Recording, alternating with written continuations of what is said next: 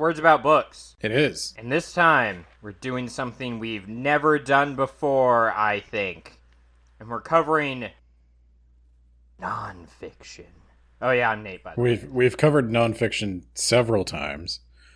But we are doing something. The Trump books. We did another one. I think we did like an about H.P. Lovecraft book. We did not do an about H.P. Lovecraft book unless you did it and didn't tell me.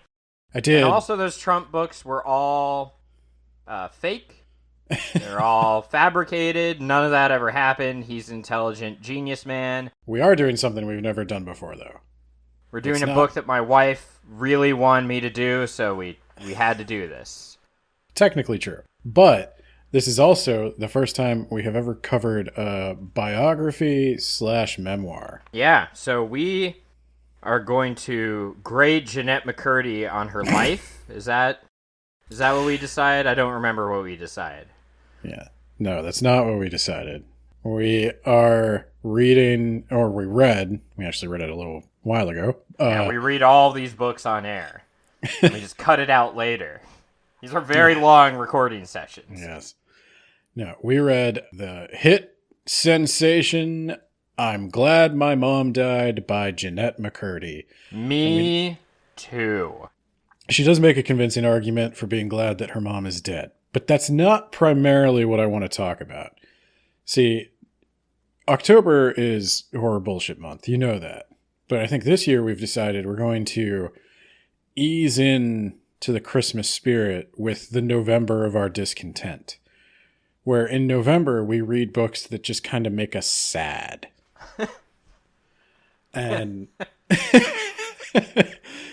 wait, do you think that Marked 2 is going to make us sad? No, I don't. But maybe. Maybe because it will be good compared to everything else.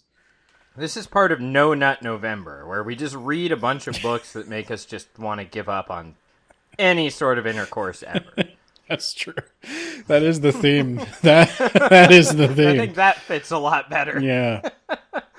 So, for anyone who doesn't know, Jennette McCurdy was a child actor. She was on shows like iCarly, Sam and Cat. I think she was on Zoe 101. She had a guest spot on Malcolm in the Middle. But mainly iCarly is what she's known for. She quit being an actor and became a writer. And amongst other things, produced a one-woman show called I'm Glad My Mom Died. That sort of became this book. She also used to have a podcast called Empty Inside. And I say used to have because I can't find anywhere an announcement that it ended, but I also can't find any of the episodes anywhere online. Huh. Like right about the time this book came out, it just vanished from the face of the internet. Weird. Yeah. And it's kind of a problem because as I was preparing for this episode, I was going to actually put like a link to her podcast and a bunch of stuff. And I realized it was gone. And the problem is the reason I decided to check out this book was mainly because of her podcast. I have a sister who's 10 years younger than me. She watched iCarly and Victorious and all that. And, well, I meant to say, and all of those, but all that was another, yeah. I vaguely know what iCarly is. Yeah. I don't know what Victorious is, or Sam and Cat, except for what I know from this book. Yeah, so... Apparently there's something called an Ariana Grande. Yeah, that's... And that's in there. And it sounds like a beverage from Starbucks. Starbucks order, yep. But it is not. I understand. It is a wildly successful pop singer. But yeah, so that's sort of what Jennette McCurdy was on. I've seen the episodes of iCarly and Victorious because I had this sister. But I noticed she had a podcast and I wondered I wonder what that kid sounds like as an adult. And I listened to an episode of her podcast. Is that what you were expecting? I knew a little bit of the history. Like I knew she had kind of a tumultuous breakup with Nickelodeon. I had stopped, like, I was no longer living at home by the time they were doing Sam and Cat. I was well into college, but my sister sort of kept me in the loop on some of this stuff, and I knew that there was rumors that there was some drama between her and Ariana Grande and all this stuff, and I kind of wondered what the podcast would be like. I didn't know what she would be like as an adult, so I was just curious. I checked it out. It wound up being... And it's called Empty Inside. That caught my eye. That made me think a little. The episode I wound up listening to was one where she interviewed David Archuleta, who was a kid... You mean David Arquette, right? No, I don't. No. David Arquette was the Doofy, or Dewey, in Scream. Doofy was in... WCW World Champion, Ben. David Arquette won the world title! He can't believe it! Oh, that's right. Yeah. I forgot that. Married to that one woman from Friends for a while, and then not Courtney Cox again. Arquette. Yeah. Sorry, go on. We're talking about... We're talking about David Archuleta. Yeah, that guy. I know who that is. Who is he? I interrupted you before you could tell me. Shocking, I know. He won... I want to say he won, like... what was that? It's not America's Got Talent. Choice World. Oh. No, it's one of those singing shows. American Idol. Is that... Maybe it was American Idol. Is that the one with Randy Jackson and the British guy no one likes and doesn't like anyone? I'm pretty sure, at least at the beginning. I don't know what they're doing now. Yeah. Simon... It's not Simon Pegg. Cowell? It's Simon Cowell. I was going to say Simon Pegg, but no, that's a different British guy. The Simon Cowell, who folks want to disembowel. And people like him. Yeah, he's genuinely well regarded. So David Archuleta, also like child star, right? She's interviewing him, and they're talking about what it's like to be a child star, and he's talking about his horrible abusive father, and she's talking about her horrible abusive mother. And it was really interesting. They really got into a lot of stuff, and she's talking about mental health and how she spent all this time in therapy and working on her issues. And I was like, wow, good for her. Like it seemed like she had gotten through a pretty dark patch that a lot of child stars don't quite ever recover from. But she had come out on the other side, and she had built like a totally different career for herself. And I thought that was an interesting story. So when I heard she was writing a book and I saw that this was the name, and then I saw the picture of her on the cover holding a pink urn with confetti coming out of it, I was like, I get the sense of humor here. I like it. I kind of agree with her sentiment that, not every death is an unmitigated tragedy. Some of them are unfortunately freeing. And so I decided I wanted to check out this book, and I tweeted that I was reading this book. And I hadn't planned on talking about it on the podcast because, while we have dabbled in nonfiction, it's very different from our usual format. But your wife replied to that tweet that I should make you read it as well. And so here we are. I don't know, is your wife into Jennette McCurdy's career? Was there a reason she wanted to read this? I don't think so. She didn't tell you why she wanted I don't think she has any sort of special relationship with Jennette McCurdy or Jennette McCurdy properties. I didn't know if she had watched any of these shows growing up or anything. I think she knows. She definitely knows a lot more than I do about Sam and Cat and Victorious and iCarly. That was kind of after my time. I stopped towards the end of Drake and Josh, so... Well, these shows are spiritual successors to Drake and Josh. Yeah. Spin-off to a spin-off to a spin-off to a spin-off. It goes like all that, The Amanda Show, Drake and Josh, iCarly. Zoe 101's in there somewhere. Is it really? They got one of the Spears kids. And I remember that. And then she got pregnant, I think. Yeah. Somewhere in there. The whole world of child acting should just be shut down. But yeah. Obviously, we can't do what we normally do on the podcast here. We're not going to be able to Let's do a summary. Here's her summarize this and talk about, does the story make sense? The mom is a very unlikable character. I wouldn't have written her that way. I think that it's a little too unrealistic just how awful she is. I would, have a hard time believing that, so I have to dock points, you know what I mean? Yeah, but there are that part where, like, oh god, her mom had all those, like, druids or something carrying her across the river because she can't cross running water? That was kind of weird, right? What the fuck? Yeah, that's just a Mormon thing. And their special underwear. Yeah, but... what, huh? That's a thing. The Mormons have special underwear. I'm not here to talk about Mormonism. We'll be here all day.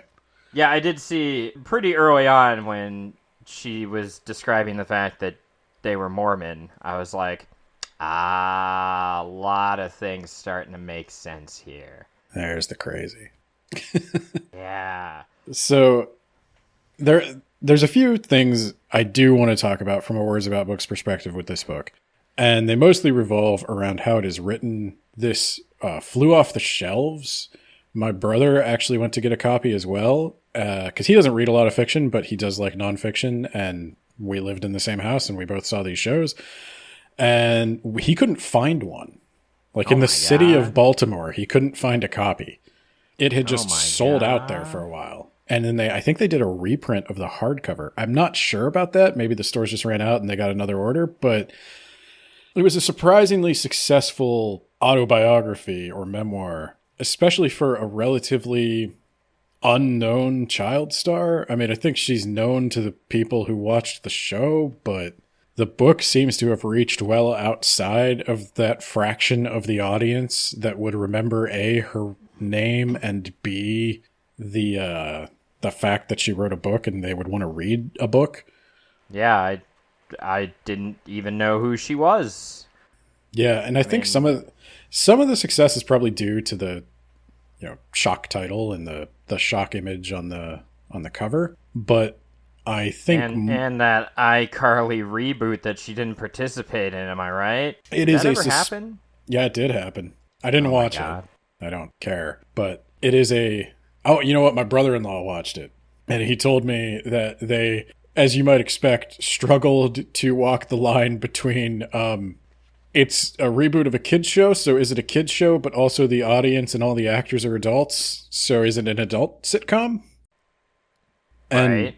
It just wound up being like maybe they cursed or something, but it was kind of the same show, and it kind of sucked. And I think it. So it's like the DC animated straight to DVD movies where occasionally they say "damn it" and "fuck." Yeah. Shit, Batman. Okay. But no, the iCarly reboot has come and gone. She was not the only actor that refused to return, and it was just kind of doomed from the start. But, Paramount Plus has no content on it, so you gotta get something in there. Hey, it's got Star Trek, I think? Is that on Paramount Plus? No. Shit. That's it's NBC, got Blue's Clues. ABC. My daughter likes it. Oh, it does have the Nick Jr. stuff. Yeah, if you're a parent, you're kind of stuck. You gotta get that in Disney Plus. The book was suspiciously well timed. Now that I think about it, I don't know if that was conscious effort on Jennette McCurdy's part, or if it just happened to work out that way. But one probably fed off of the other. It also came out around the same time that there started to be some public rumblings of the creator of all these shows, Dan Schneider. Turns out that this... Who I kept calling Rob Schneider. Yeah, who you kept calling Rob Schneider. No, Dan Schneider is a big old fat man who makes kid shows. That's all he does. He's only ever made kid shows that are just rip-offs of adult sitcoms and SNL. And he's the genius another man. Existing idea and repackage it. Yeah, he's the genius man that Nickelodeon could not fire, who came up with the idea of sketch comedy, but what if kids? And not just anybody can do that, so you gotta keep him around, despite all of his problematic behavior. Now, near as I could tell, he hasn't had sex with any of the children, which that that was a relief. Thank God for little miracles, am I right? Yeah, it seems like his sexual harassment was mainly focused on the adult women who were first to work under him, which isn't great either, but maybe better. The bar is shockingly low. Yeah. For being a good person in the entertainment industry, and he just couldn't quite clear it. Well, see, that's everyone else's fault. They should have just, like, covered head to toe in really long, thick fabric because he just can't help himself. Yeah, but I think that's probably the second factor that built some buzz for the book is they were talking about rebooting iCarly, and very publicly Dan Schneider was not going to be a part of that, and everybody's like, oh, why? Is this man who made his career exploiting the labor of children a bad guy? I have an incredibly low opinion of child acting. If I never saw another child on television again, I would be fine with that. I'm sure that's an unpopular opinion, but I'm also not sure why. I don't think because don't you want them to have their breakout moment where my logic it's very hard for them to even transition into adult acting if that's actually what they want to do. But you know, with the utter shit show that Jennette describes, it's like well, and of course this is you know what, I am just gonna say it's abuse. Oh my God. The whole Hollywood thing and the encouragement of putting kids into this acting role that they may not even actually want. Look, it destroys lives with the same frequency as black lung. If you're too young for the coal mines, you're too young for Hollywood. I really genuinely believe that. I think it's garbage, but we'll get into that, I'm sure. Also, child beauty pageants. Oh God. Just stop monetizing children. Just don't. We'll get into it. Because Jennette McCurdy has if you interesting have a things kid to say thinking about this that. is going to be my big way into fame and fortune, it's like, no, you're done. You don't get that kid anymore because they are a time and money sink, and either you're here for that or like fuck off. Right off the bat, there's a couple of things that I wanted to mention about this biography. Now, do you want to tell a little bit of the story before we talk about how it's written, or do you want to talk about how it's written first? Let's talk about how it's written, because I don't know how much of a summary we're going to be able to provide. So the way this memoir is written, I think, also helps with selling it, because it is extremely easy to read. The chapters are very short. I would almost describe them as bite-sized. Often it's like... Oh, yeah, no, I listened to the audiobook, which she narrated.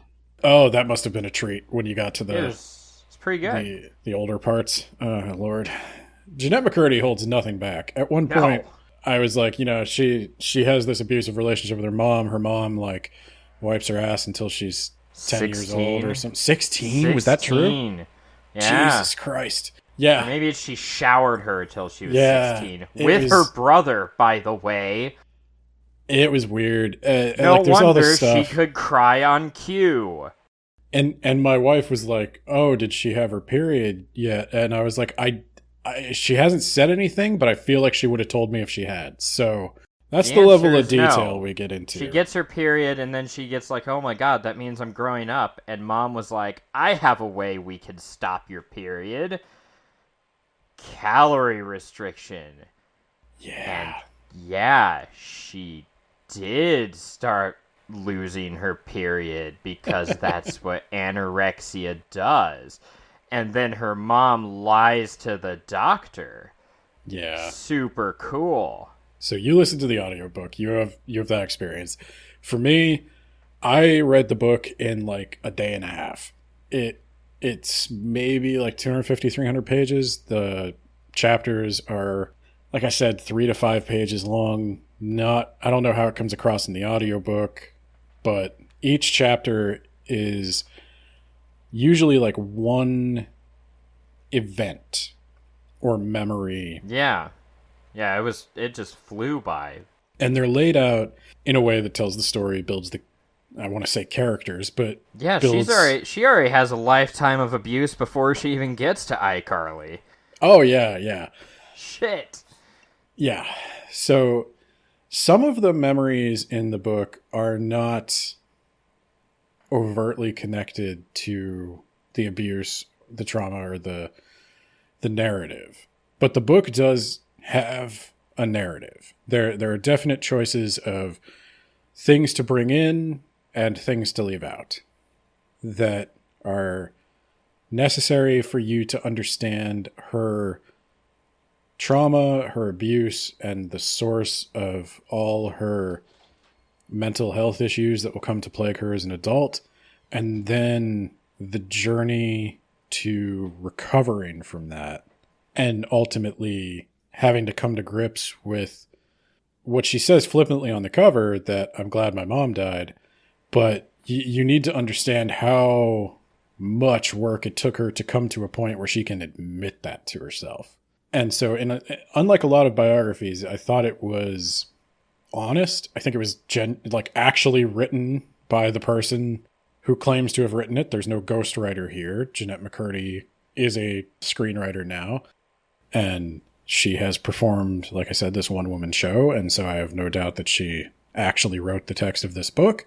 And it is a story that you can speak to this better than I can, but I think even if you don't know who she is, I think it's pretty relatable. I think a lot of young girls go through, not quite to this extent, but a lot of this with eating disorders and OCD, anxiety. Did you get anything out of it, having no idea who she was? Yeah, I also was like, oh, I think she has OCD. Yeah, she's got OCD. Oh, I'm sure as a mental health professional, you were just like beside yourself. It's like, I think the person that she's dating might have either schizophrenia or he's high on like heroin or something. Oh, yep. Yep, he thinks he's Jesus. He thinks he's Jesus. Yep. Ooh. Oh, that one constantly, it shocked me. Like, genuinely, she has had a very interesting, in a bad way, life. But she tells the story with so much humor, and I don't know, she softens the blow. She makes sure that it punches you the way it's supposed to punch you, but she doesn't really wallow on any of the really like grubby stuff. I think there probably should be a content warning on reading this one, but I got to imagine if you read the summary, cover, yeah. It's like, yeah, I mean, things are going to surprise you with just how bad it gets, but you gotta know what you're getting yourself into. It's one of those cases where it's like reality is stranger than fiction. If you, like you said, if you were to write a fictional story about a child actress who went through all this abuse, you would not go as hard as this because people wouldn't believe it. Right. like the times,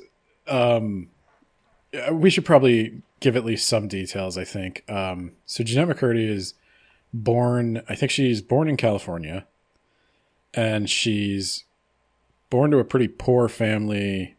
They live in a terrible hoarder house. Yeah, mom started hoarding stuff after she got stage 4 cancer. Yeah, her mom had stage 4 cancer. Mom is a crazy person. Not just from the fact that she's a narcissist and everything is about her and she's living the life that she wanted and never got through her daughter, but also because she wields a kitchen knife on more than one occasion at Jennette's father, who, by the way, spoilers, isn't actually her father, which I should have thought of because her mom is super paranoid that he's cheating on her. And what kind of people are typically paranoid about cheating on them? That's right, people who are unfaithful themselves. Oh, God. She gets over stage 4 cancer, but she's really upset that her daughter, at the time, was like singing Jingle Bells. She was 2. She didn't understand death, but she was singing Jingle Bells, and therefore we need to bring that up every, week that she showed her cancer video to elicit sympathy or whatever. Yeah. Yeah, she takes great pride in telling the cancer story. She makes sure that on all of Jennette's auditions, she mentions, your mom had cancer, and it's it's bad. So her mom always wanted to be an actress. Her mom is very concerned with appearances. She's a very petite lady who is unbeknownst to Jennette. Do you want to know why? Yeah, unbeknownst to Jennette, who is very young at this stage, is practicing calorie restriction herself. Her mother is like functional, what was it, like 350 calories a day or something like that? Yeah, her mom is a functional anorexic. She's barely eating enough to survive, but she stays very thin, very petite, and it's very important to her. And she always wanted to be a child star, but her parents wouldn't let her because they cared. Yeah. At some point, her grandfather does say something like, I think you should have a childhood. It's like, yeah, that would be nice. Yeah. Yeah, this is a weird one where the grandmother's also insane. Oh, yeah, the grandmother's... You could tell where her mom gets it from. Yeah. But at the very least, she blocks her grandma. I was actually pretty happy when I heard that. Yeah. Grandma tries the old guilt trip. They're like, oh, you're a bitch. Oh, you suck. Don't talk to me that way. And she's just like, Grandma, if you call me that again, I'm going to block you. She's like, don't threaten me, bitch. Click. Done. I was like, yes. Thank you. God. So, yeah, Jennette McCurdy then gets into child acting, and she gets a role because she's the saddest one there, and no one else could convincingly be as sad as her. Yeah, and the fucked up thing, and this honestly surprised me because, like I said, I'm going into this with a huge bias against the industry, is she has distinct memories in her childhood of a bunch of people telling her mom, this is really only going to work if Jennette wants to be an actress. Like, I don't know if she really wants to be here. And the mom is like, she wants to be here. She wants this more than anything. Shut your mouth. She'll work harder. She'll cry more. She'll stand in hotter suns. I don't know what she could possibly do. And she describes... Yeah, mom wipes her butt till age 8, by the way. I just see that in my notes. And my note was just, oh my God, what the fuck am I hearing? Yeah, oh, that gets worse. Oh, yeah. Yeah, so she gets booked as a background actor, which nobody values the background actors. Yeah, I thought that was pretty nice, too. They have primary and secondary actors. Primary actors get, like, a snack table and, like, shade. It's like, wow. God, This is just the worst industry ever. Yeah, so eventually she gets a handful of speaking roles. Nothing major, bit parts here and there. This is one anecdote she mentioned on her podcast about just how the industry treats children.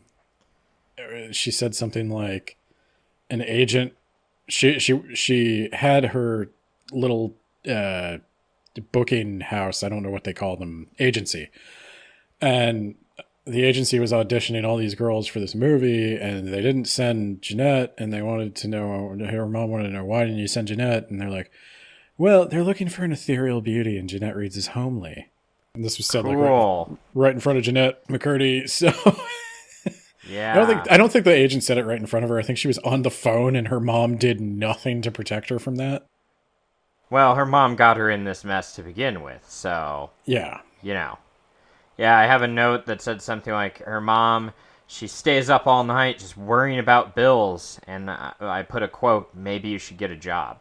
Oh, yeah. You know, that cancer, it's gone now. So, like, maybe instead of threatening to stab your husband who's working 2 jobs, maybe you get a job, too. Well, now see, here's the thing. Nathaniel. She has a job. Yeah, she's her coach or whatever. Her manager. Yeah. She takes 10% of Jennette's paychecks. Yeah, maybe you should get like a real job. And then she takes the rest of Jennette's paychecks. Yeah. Well, it is a real job. She's making her daughter's dreams come true. What could be a more important job than that? Being a mother? Oh, burn. Oh, yeah. that was spicy. I'm about to end this man's whole career. Mom at one point later on in the story calls her, quote, a filthy little lying whore and chucks a TV remote at her head. And that would have been my cue to be like, you know what? You're fired. Well, that would have been your cue to do that because you have been raised to I'm be on an the independent outside looking being. in. Yeah. Yeah. I don't have an abusive relationship with this woman.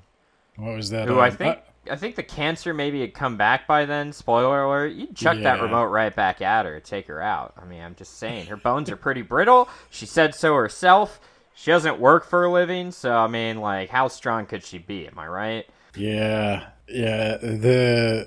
Oh, man. There's just so much to unpack. Is there any particular... Like, I find the stuff from her childhood, I'm shocked that she remembers it so clearly. Like, that's one sign of the OCD. Like, some of the stuff that she's talking about, like, she starts thinking she hears a voice tell her to do the OCD rituals. Like I gotta touch the door 5 times. And she thinks it's the voice of God because in Sunday school they tell her that, you know, when you get to a certain age, you'll start to hear God. And she's a kid. She takes that very literally. She doesn't know they mean like, you'll start to get a vague idea what God wants you to do, and it's probably what makes us the most money. So right, and you just keep committing long enough, all your dreams will come true. Yeah, a home is a good investment.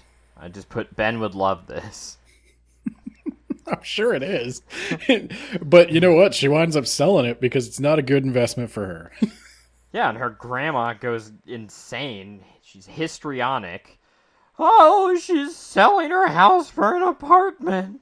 Oh, she's broke, isn't she? Oh. Not as broke as you, bitch.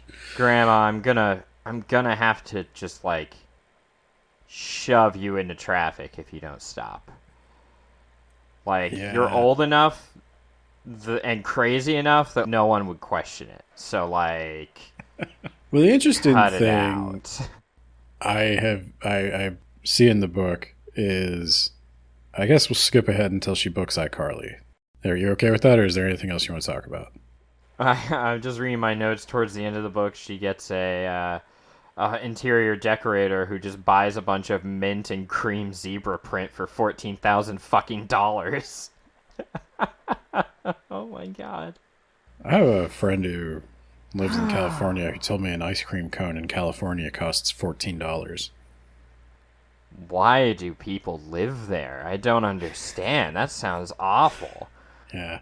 I mean, you can get weed delivered to your door, but... At what cost, Ben? Literally, what cost? Like $400? That's just the delivery fee, by the way. That's not for the weed. That's for the guy to show up. No, it doesn't. You could get weed delivered to your door here, by the way. It's just not, strictly speaking, legal. Well, these dealers advertise on billboards. No, and these dealers advertise through your friends or your friends of friends.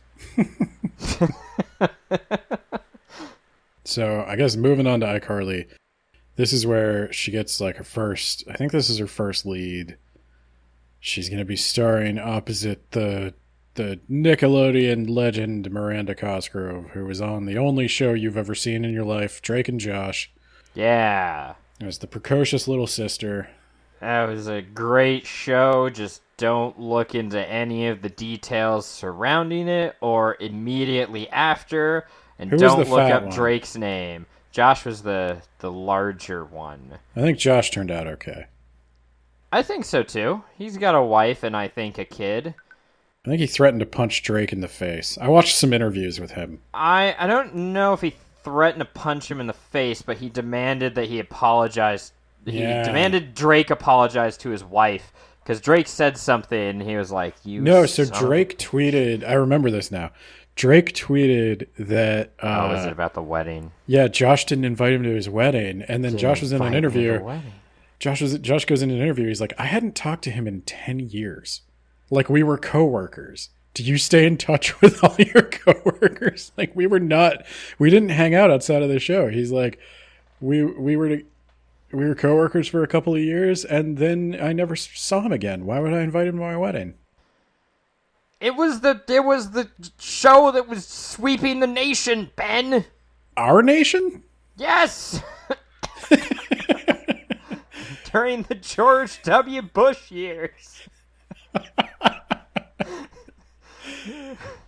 I think I was too old for Drake and Josh, and my sister was not yet old enough for Drake and Josh. So. Oh, is that how you know iCarly? Because of her, you never watched it yourself?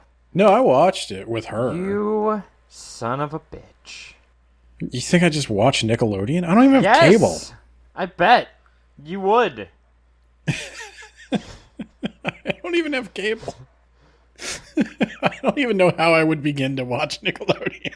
Anyway, what are we talking about? We're talking about iCarly, right? Yeah, so iCarly. So she meets Miranda Cosgrove, who is the titular Carly. I bet she would invite her to her wedding.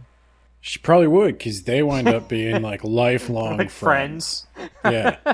Which was like, when you were like, I'm going to bring up a Game of Thrones reference, but like in Game of Thrones, Arya Stark has a rough go of it, let's say. And there's one point where like, she stupidly reveals herself to some of her father's men, and she's like, and you're thinking, oh, this is going to go terrible. They're just going to turn her in for the bounty or whatever, because like nothing good ever happens to Arya Stark. And then like one of them like takes a knee and is like, oh, my lady, I can't believe I found you. And he's not going to kill her. And you're like, oh, that was nice.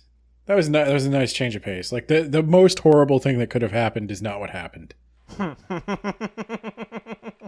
For a change. Thank you, George. Thank you for that brief respite from you. And that's kind of what that chapter was in the book. Like when she meets Miranda Cosgrove and they're friends. They're lifelong friends. And that's wow. Thank you for not being terrible, Miranda Cosgrove. I guess. I don't know anything about Miranda Cosgrove. She might be terrible. I don't want to speak out of turn, but in this book, she's something of a hero, and this book is short on heroes. But Miranda Cosgrove doesn't have the world's worst parents. And Miranda Cosgrove, that's weird. She eats lunch. She drives cars. Yeah. She is allowed to move unsupervised.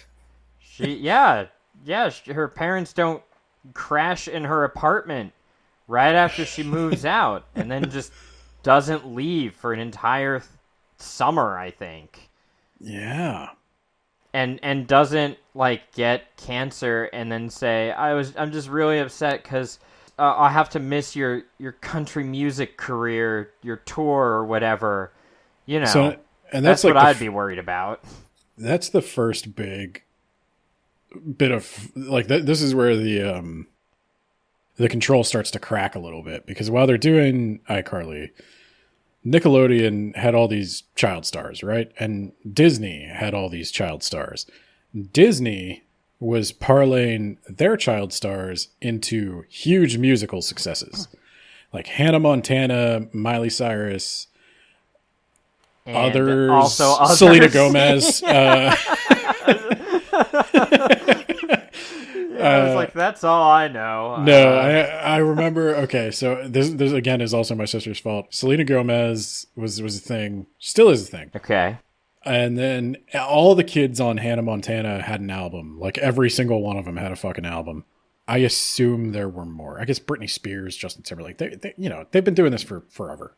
And they Nick wanted some of that. Nick wanted that kid music cash. And so they were trying to do fucking worst. They were trying to do a Hannah Montana with the iCarly. And then especially with Victorious, because at Victorious, it's a bunch of kids going to a performing arts high school.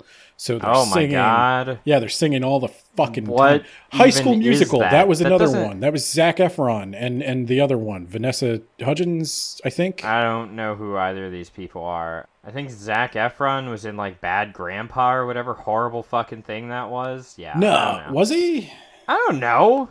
I don't think so. So, okay. Okay, so anyway, so they want to do What a is little bit a of that. performing arts high school? Like, what? So Is that really a thing? I have no idea. Because I don't know of any high school other than, like, virtual or in person. There aren't even, like, Montessori high schools. So. I do know of high schools that are like, I don't know, charter schools for specific subjects. That's weird. You still have to do the normal education, but they also have additional programs or classes that specialize. I did know one person who was super into ballet, and Oh, good. she did. Yeah, it wasn't the best situation, but she did, a school like that. And one of the classes in that is calorie counting, I assume. Ballet is pretty brutal. Like, ballet is one of those where it's like, you better, you're gonna peak at like 22, so get on it. Because, you know, once you hit 30, you're out. You're teaching people who have what you used to have, and it's just a miserable. And you have to adopt miserable life. like a Russian accent and be an old crone. We've all seen the movies. Yes, So we've all seen Black Swan. That's exactly what happens. I have not seen Black Swan. But, You should see Black Swan. That it sounds like that is the trope because because it's so ubiquitous. So okay, all right. Glad Okay. Yeah. So because Nick was trying to do this music thing, they gave all these kids recording contracts. I remember Miranda Cosgrove had a oh my God, did she really? she had a cover of Avril Lavigne's Skater Boy. Word life. This is basic thugonomics. Is it No, in Kids Bop? I don't know, but it's terrible. Sorry, Miranda. I'm sure you're a nice person. I don't know Zac you. Efron is in Dirty Grandpa. That was him. Good for Zac Efron. I don't know. I don't care. I don't care about any of these people. So, Jennette McCurdy gets a country Yay. contract. And she goes to record a country album and do some touring. And while that's happening, that's when her mom's cancer comes back. And so Jennette, it's really weird to breathe a sigh of relief that someone gets cancer. yeah. Like, it's a new thing. You're like, oh, thank God, she got cancer. The interesting thing is that she doesn't breathe a sigh of relief. She panics. Oh, I know. Well, yeah, obviously, because she's got a very unhealthy relationship with her mom, who wiped her ass until she was 8 and showered her and also her younger brother together till she was 16 and wouldn't let her move out and forced a life on her. Yeah, no, of course she's going to panic because basically her mom dying means that, like, what does she do now? Her entire life was built around making this one person happy, and now that one person is dead. And I think even in the notes here is like, either she said it or I thought it, that she hadn't had time to really develop a personality of her own. And also I was reading Dune at the time, so... What? You know. Oh, Children of Dune. Yeah. Oh, so you were she thinking was about... vulnerable to being possessed by a jiggling yeah. fat guy. Yeah, her mom was trying to take her over, yeah. Like, just like the Baron Harkonnen. Yeah. So I guess a skinny woman, the opposite of a jiggling fat guy. A rattling bone cage. So yeah, But, and her mom finds out that she was dating someone and calls her a whore, and she... That's not yet. Oh, okay. So she goes on the tour. She does wind up dating a guy on the tour, somebody who's in her backing band. Who's much older? He's not the muchest older. He is older.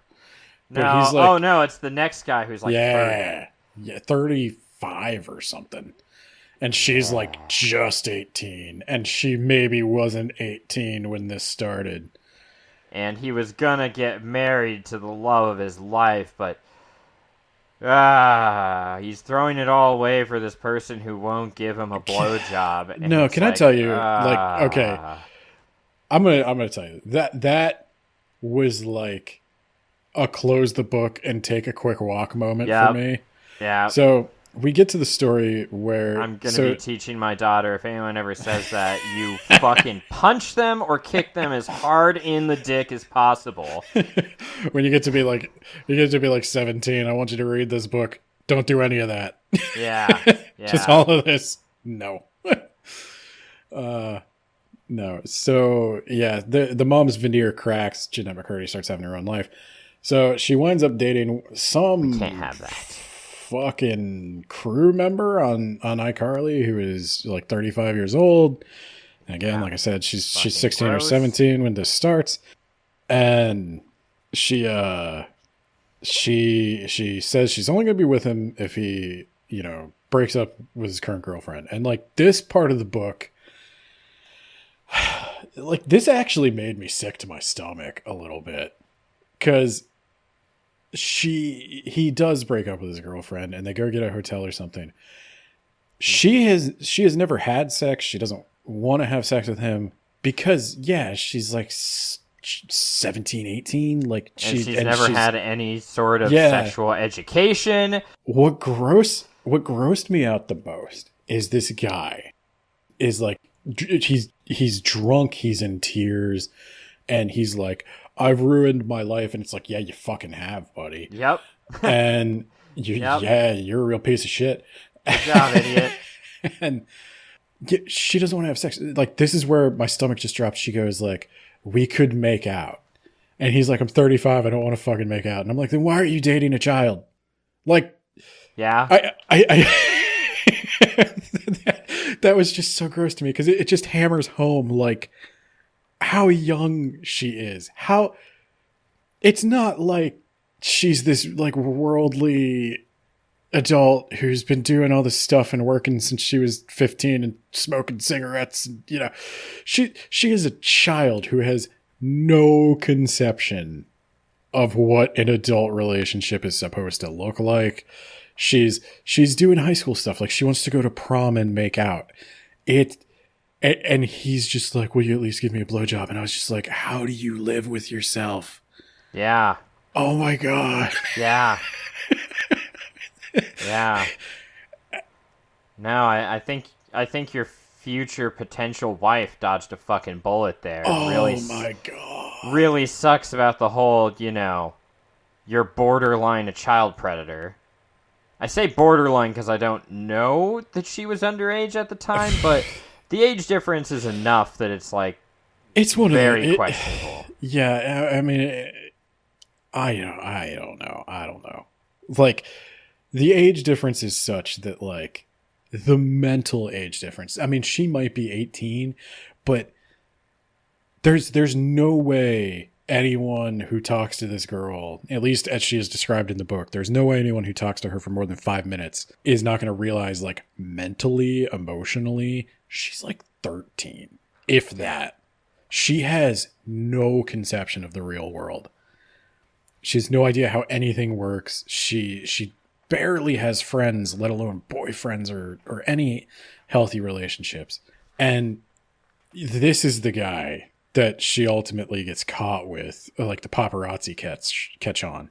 And you know what blows my mind is this is pre Sam and Cat or any of this shit. And like, I guess she's technically 18. I guess there's nothing illegal happening here, but like, you would think that should have been like major news.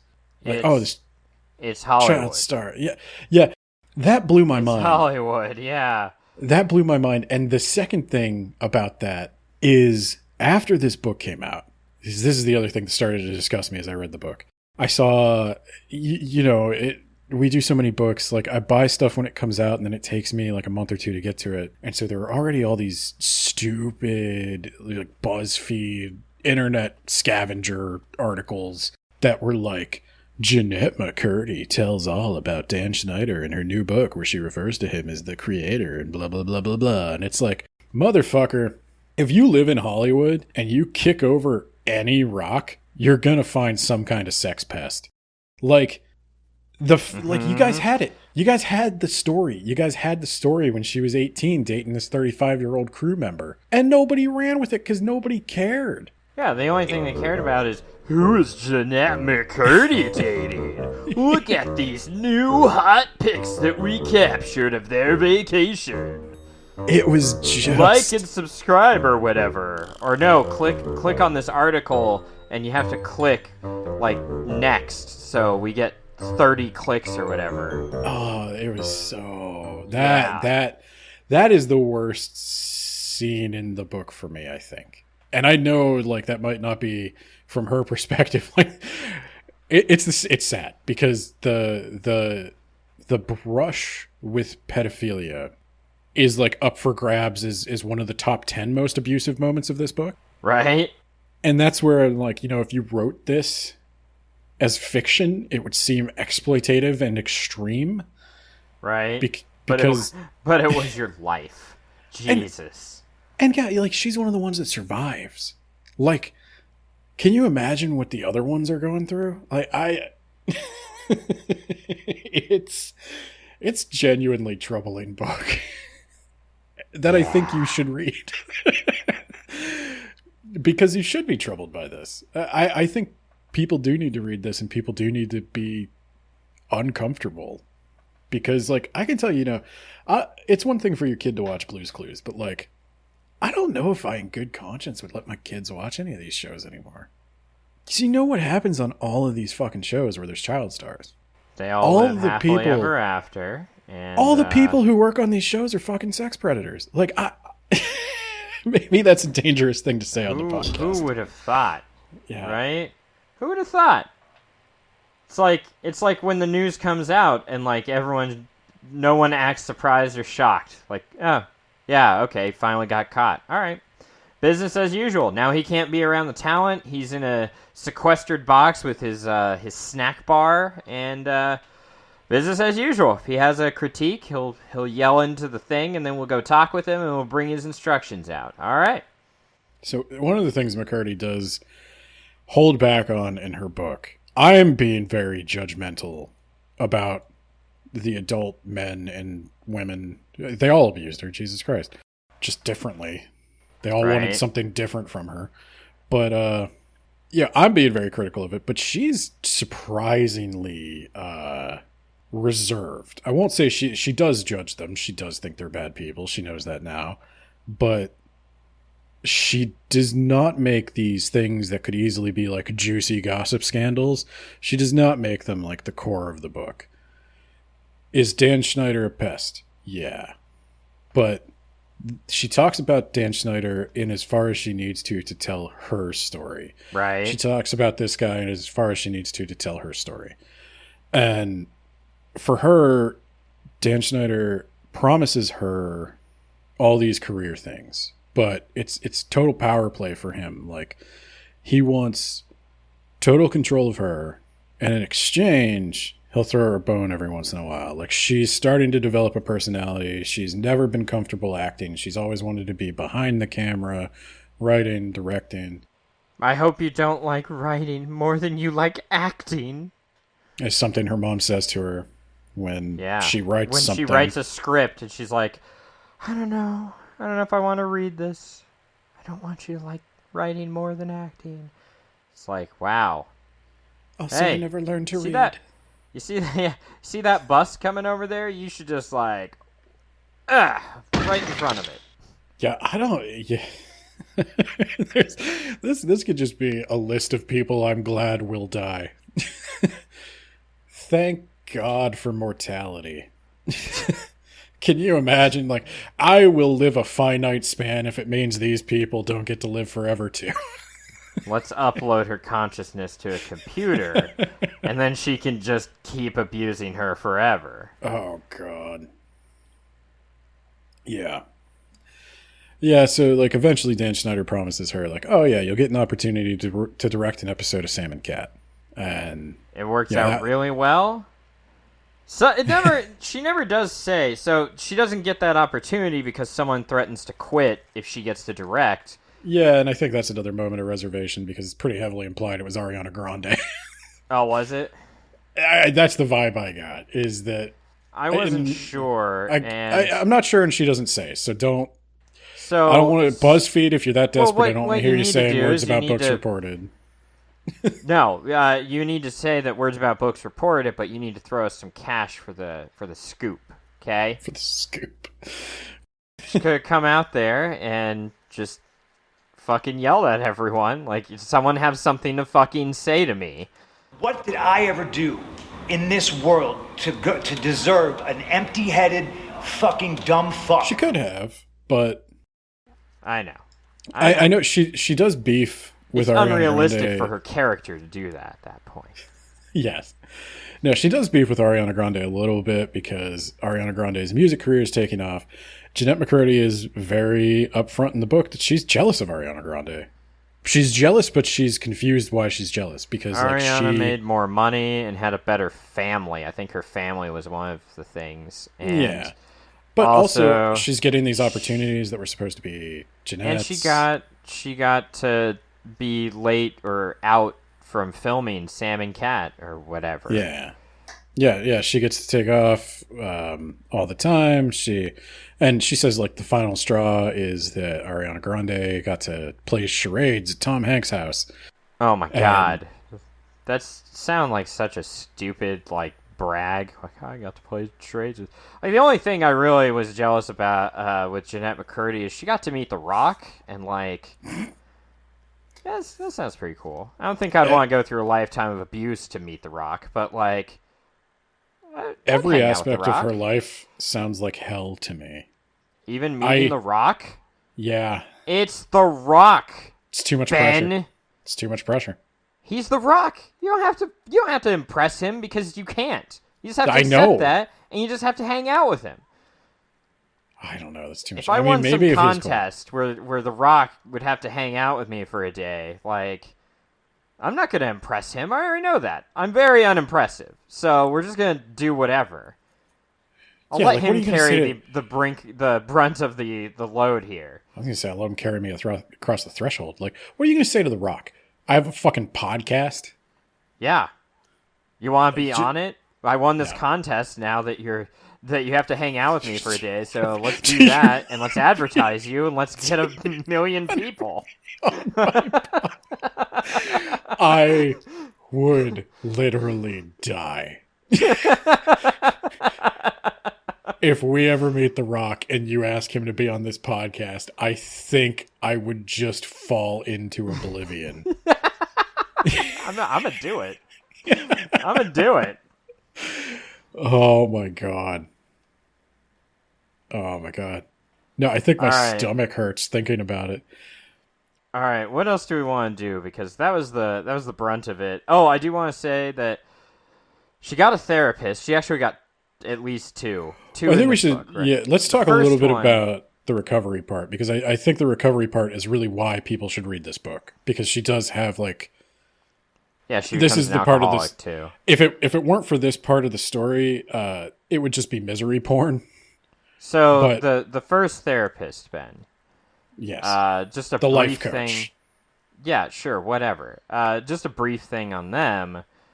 Was God? What did you? It was in Ready Player 2, where you said something like, "The therapist called Wade's addiction an addiction," and he was like, "That was their word," and you were like, "I don't think they'd say that if you weren't ready to say that." Yeah, exactly. Would the therapist really say that if the patient wasn't ready to say it? And the answer is no, and that happens in this book. She's like, wait a minute, your mom taught you anorexia? I think your mom was abusive. And Jennette McCurdy cannot handle that because she hasn't come to that realization, and she stops going to therapy and her life kind of spirals for a bit longer. So yeah. What did you think of that life coach therapist situation? Was it at all strange to you that the therapist wanted to accompany her to events? It was a little strange that she wanted to accompany her to events. That might be a bit of crossing the line. That's what I was thinking. It didn't seem like wildly inappropriate, like in the scope of everything that has happened to her that's wildly inappropriate. She was there to help in a sense, because Jennette's like trying to binge, and the therapist comes over and is like, "Hey, let's slow down, and like maybe you're a bit too triggered. Maybe we ought to leave. Maybe we're done here for now." So I thought she was very helpful up until she went, "Your mom is abusive," and it's like, you gotta build up to that, man. You can't just come out. They have to come to the realization themselves,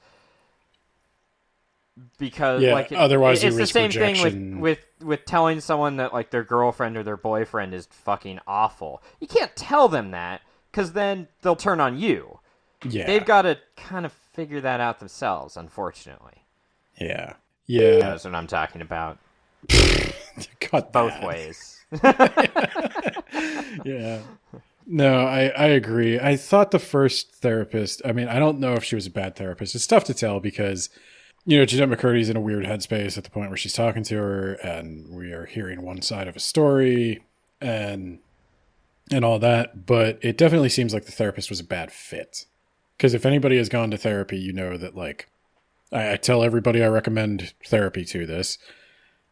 Don't be discouraged if your first therapist doesn't work. You gotta find one that's a right fit for you, and that's a process. Yeah. Sometimes it takes 2 or 3.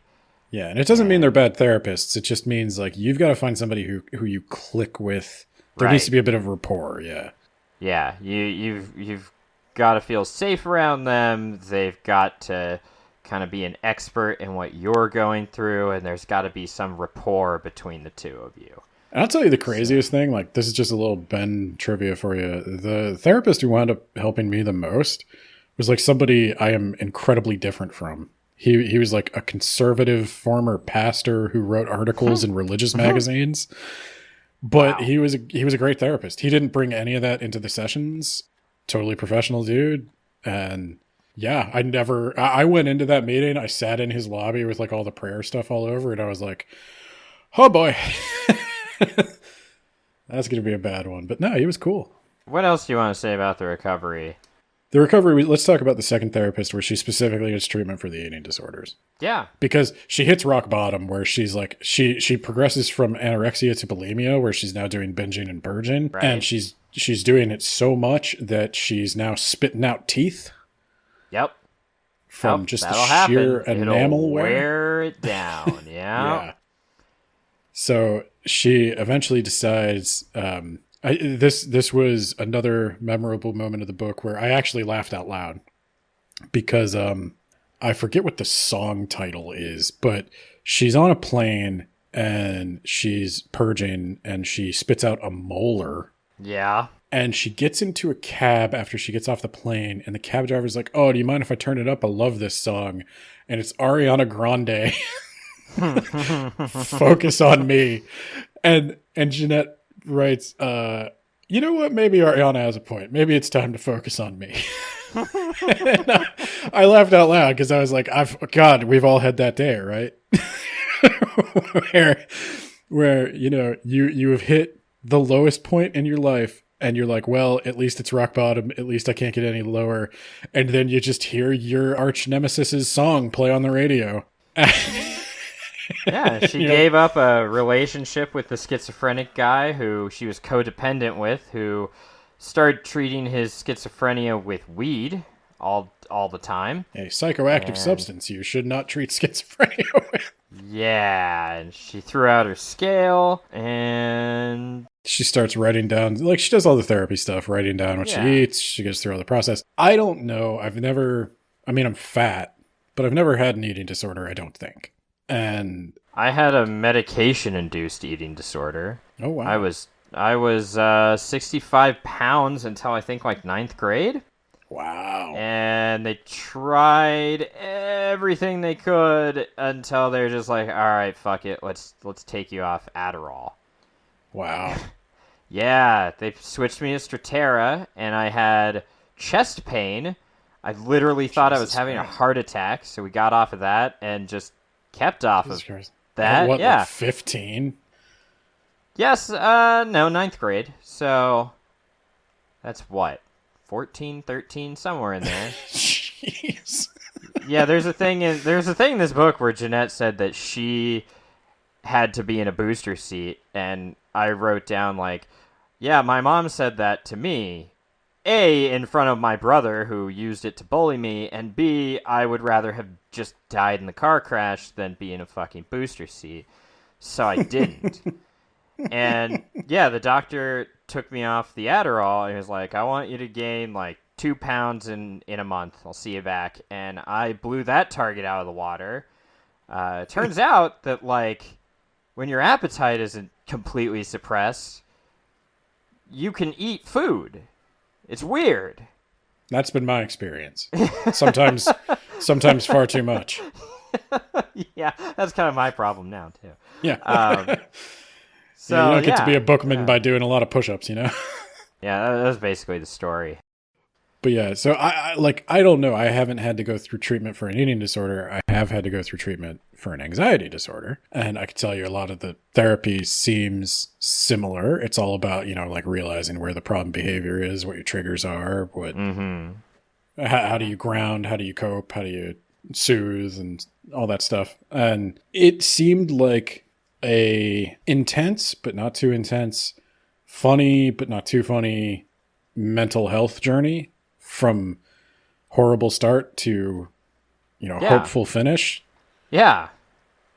And then she quit acting because she realized it wasn't for her. She started writing. She wrote this book. At the end, she points out that her mom, when one of her dying wishes was that Jennette would visit every day. It's like, Jesus Christ. No. Yeah. No. Visit the grave every day. Just wallow in grief the rest of your life. That's what I would want for you. Because you can't exist without me. Yeah. Because I raised you in a way where that was what I was attempting I to do. ensured you could not, yeah. Yeah. But yeah, I don't really have a ton more to say about the book. Like I said, this is not a traditional Words About Books episode, but it is a book we both read that I think we both got something out of that I think I'd recommend it if you can handle mental health issues. Not for everyone, but it's interesting. I think if any my wife of this should listen to it. If any of this sounded interesting to you, then yeah, I think you should definitely check it out. It deserves all the success it has gotten. It is one of the best memoirs I've seen in a long time. I don't like to read a lot of autobiographies, like I said, because they're not usually written by the people who claim they have written them. This is that rare case. I wish her all the success in the world because she is a talented writer. I think the writing in this is top-notch. I think this is a great way to tackle an autobiography. It's not too self-indulgent. It's not too vindictive. It's not looking to bash Ariana Grande or Dan Schneider or any of these people who may have wronged her. She's just looking to tell her story and move on. Thanksgiving is in a few weeks, and this is a great family book. Yes. Both about family and also for the whole family. All right. I don't think Elon Musk will have burned Twitter to the ground by the time this episode airs. Still check us out at Twitter, sans blue check, unfortunately. WAB Pod. We're on Instagram, Words About Books Podcast. Mark Zuckerberg. Man, Elon Musk is the best thing that ever happened to Mark Zuckerberg, huh? We got a blog.wordsaboutbooks.ninja, where I actually wrote a review of this very book. Just check that out. What else we got? Patreon. Yeah, give us money. Yeah, we've got a Patreon.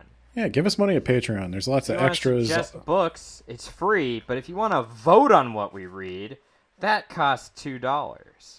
But $2. What are you going to do with that $2? You can't do anything. Thanks to inflation, $2 is basically worthless. So you might as well give it to us in exchange for a cool vote every month. right? You can't even get an Ariana Grande at Starbucks for $2. Yeah. Maybe get an Ariana tall with an extra like $5. Yeah. Anyway, no, I was gonna say we do post also if you want to check out the Patreon, we do post our extended gag reels, which and soon, since the inception of Patreon have gotten a lot more extended because Yeah. Nate takes liberties. You're welcome. And also soon, an erotic story Written by Nate. and voiced by Ben. Yes, an erotic sci-fi action adventure story about bank robbing psychics. I can't wait. Also, Ben, we've got 2 shout-outs we've got to do. Contractually obligated. 2 Patreon shoutouts, of course, Jamie of If You Want the Gravy fame, and Brad, aka Isekai Sensei Sama, of the That Time I Got Reincarnated in the Same World as an Anime Podcaster podcast.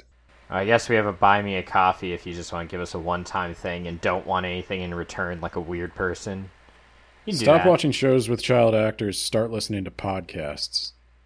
Specifically ours.